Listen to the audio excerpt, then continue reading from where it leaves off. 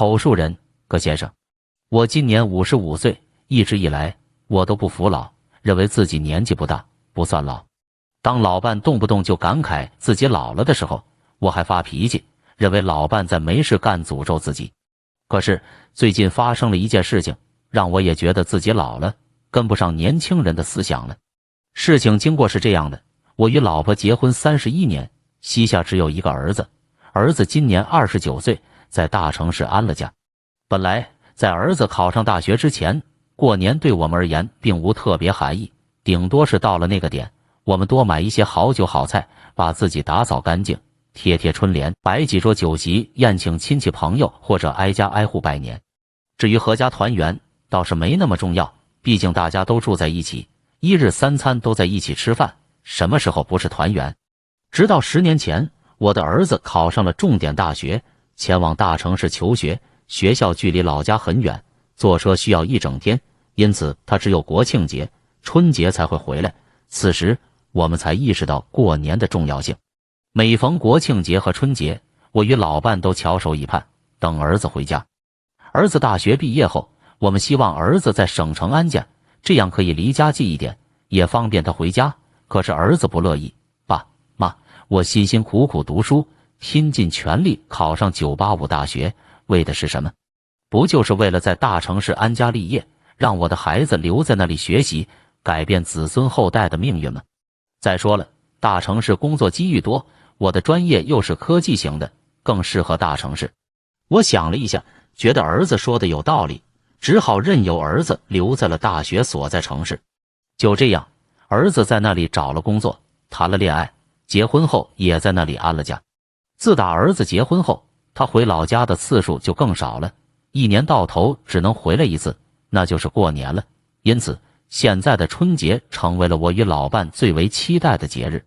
没成想前不久，儿子打电话给我，说今年不回来过年了，问我们愿不愿意去大城市过年。要是愿意的话，他给我们买高铁票。老伴没意见，可是我不同意。一方面，儿媳妇是本地人，亲家老2口也在那里工作生活，那座城市可以说是我儿媳妇的娘家。可是自古以来不都是回男方家过年吗？哪有让我们去女方家过年的？本来我就有种儿子当了上门女婿的感觉，心里很不舒服。平日里亲戚朋友也没少说这件事情，这让我心里更加难受了。现在儿子连回家过年都不肯了，这让我感到火冒三丈。另一方面，这些天亲戚朋友都没少问我儿子什么时候回来，我跟他们说了，儿子很快就回来了，等到儿子回来了，一定让他上门拜年，也让大家来我家拜年。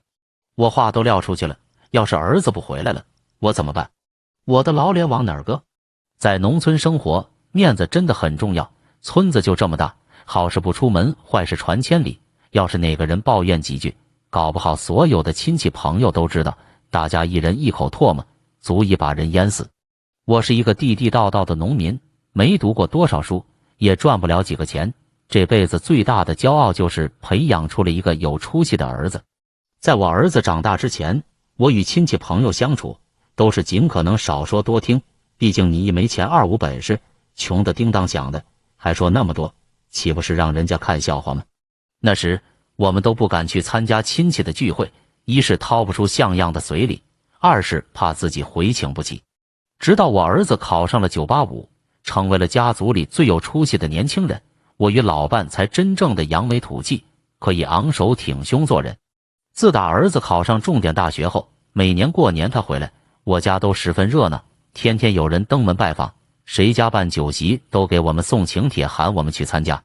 在酒席上，我虽然不是主角，但是围着我们的亲戚朋友不在少数，大家都夸奖我们教子有方，夸我儿子有出息，说我们是有福气的人。听到这话，我感到十分高兴，胃口都好多了，能多吃一碗饭。想到这些，我更加着急了。要是儿子不回来了，亲戚朋友抱怨怎么办？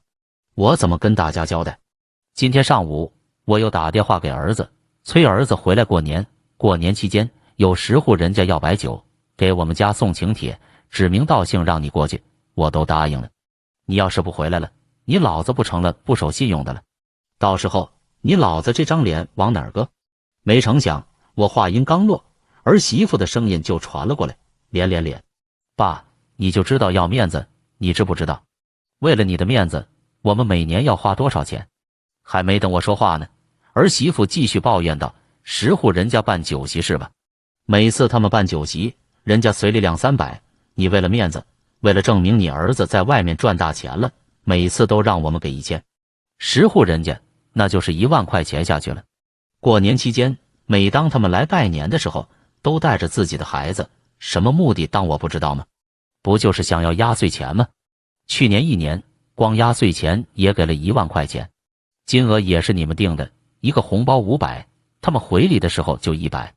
爸，你说他们都是种地的，靠地里刨食，赚钱不容易，那么我们2个人赚钱就容易了，光礼金就要2万，我们夫妻俩的钱难道就是大风刮来的？儿子叹了一口气，接过了儿媳妇的话，爸，对不起，是我错了。这些年来，我为了尽孝，为了不让你们操心，一直报喜不报忧，只告诉你们我过得很好，在大城市有房有车，没告诉你们我的真实情况，是我错了。听到这话，我心里发慌，不明白儿子的意思。儿子告诉我，他们在大城市看似过着光鲜亮丽的日子，事实上也在负重前行。他与儿媳妇一个月收入加在一起4万，看起来要比种地的1年收入还要多，可是房贷就要1万多，2个孩子的教育经费也要1万，加上生活费，杂七杂八的开销，一个月根本存不了多少钱。爸，你们没有社保，我每个月还要给你们2000赡养费，除此之外，我还得存着点钱以备不时之需，不然你们要是生病了怎么办？儿媳妇的声音再度响起，还有，你们不满意我只生了2个女儿，一直催我再生一个，想抱孙子，那么养孩子不要钱啊？听到这里，我与老伴彻底哑口无言了，不知道该怎么回复儿媳妇的话。沉默良久，老伴开口了：儿啊，倩倩，使我们当父母的不懂事，不知道你们在外面不容易。你们说的对，这是你们辛辛苦苦赚来的钱，不是大风刮来的，自己都不够花了，怎么可以拿来满足我们当父母的面子？你们要是回来了，他们找上门来也不好拒绝，那你们还是别回来了。我欲言又止，老伴吼了起来：在你的眼里，是面子重要还是儿子一家的生活重要？难道你要为了你的面子，让儿子辛辛苦苦赚的钱都打水漂吗？万一惹怒了儿媳妇，他们要离婚怎么办？那我们该怎么跟亲戚朋友说？他们年年都来，要是今年我们不去参加随礼，也不给孩子压岁钱了，他们骂我怎么办？一想到以后被他们议论，难听的话满天飞，我就感到头疼不已。